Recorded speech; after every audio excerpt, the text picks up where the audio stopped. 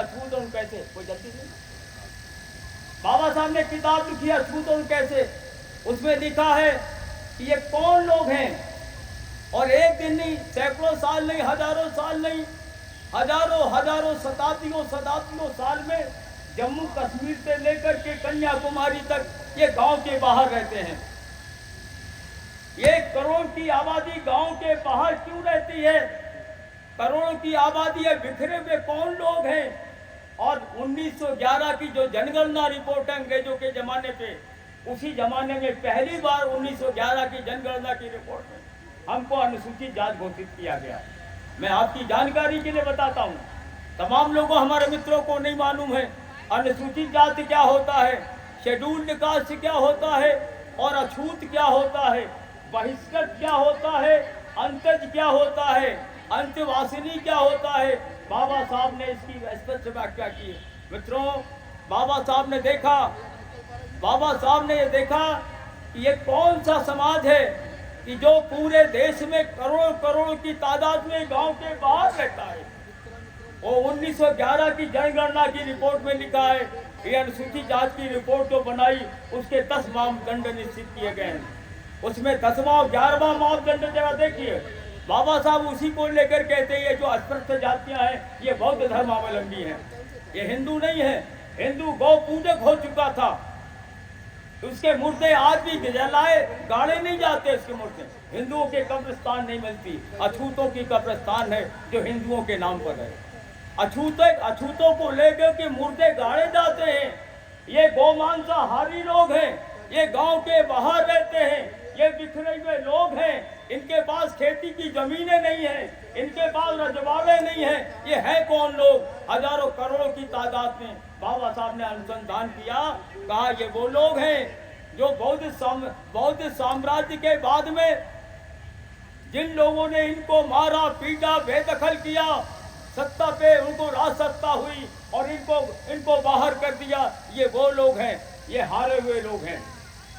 ये जो आप देखो कहां जमीन से खुदाई में बुद्ध की मूर्तियां निकलती हैं। गजब की बात है। सोमनाथ का जो मंदिर है गुजरात में, उसके तहखाने में जब खुदाई हुई गुफा में, तो वहाँ बुद्ध विहार निकले हैं, बुद्ध की मूर्तियां निकली हैं। राम जन्म भूमि जहाँ बनाया गया, जब उसकी खुदाई हो रही थी, उसमें बुद्ध की मूर्तियां निकली हैं। मित्रों, समय को ध्यान में करते हुए मैं एक बात कहना चाहता हूँ, हम सब लोग बौद्ध धर्मावलंबी हैं। हमारी संस्कृति और सभ्यता जो आज गर्त में है, अनजान में है, ये जो लोग कहते हैं कि हमें अधिकार लेना है हिंदुओं से हमारा अधिकार का कोई सवाल नहीं है। बाबा साहब अम्बेडकर की लड़ाई तो देखो, राउंड टेबल कॉन्फ्रेंस में ये कहते हैं बाबा साहब कि मैं हिंदू नहीं हूँ। जिस तरह मुसलमान है, जिस तरह ईसाई है, जिस तरह सिख है, उसी तरह हम हिंदुओं से पृथक लोग हैं। यही नहीं, साइमन कमीशन को जो ज्ञापन दिया है, और यही नहीं, राउंड टेबल कॉन्फ्रेंस में जो अल्पसंख्यक समिति बनी, उसमें जो बाबा साहब अम्बेडकर ने ज्ञापन दिया, वो महाराष्ट्र गवर्नमेंट ने, भारत सरकार ने इसको प्रकाशित किया। हमारी दुर्दशा, बाबा साहब ने कहा हम लोग पृथक हैं, और हिंदू बार बार कह रहा था कि नहीं, ये तो हमारे घर की बात है, आज़ाद करो, हम लोग आपस में समझ लेंगे। मित्रों, ये हमें जैसे समुद्र में नदियाँ विलीन हो जाती हैं, वैसे हम लोगों को विलीन करने के लिए, हमारे अधिकारों को दफन करने के लिए, हमारे अधिकारों को ले लेने के लिए इनकी चाल है कि आप हिंदू हो। कैसा हिंदू? लोटा छूने न पाए, घड़ा छूने न पाए, IPS अधिकारी घोड़ी पर चढ़ के बारात में जाने न पाए, ये कैसा हिंदू है? हम लोग हिंदू नहीं है। हमारी संस्कृति से देखो, हमारा खान पान तो देखो, हमारा निवास तो देखो। बाबा साहब अम्बेडकर ने बौद्ध धर्म को स्वीकार किया, उन्होंने कहा हम अपने वतन को जा रहे हैं। ये मेरे मित्रों, मैं सिर्फ आपको यही कह के अपनी बात समाप्त करना चाहता हूँ कि हमें अपनी खोज करनी चाहिए।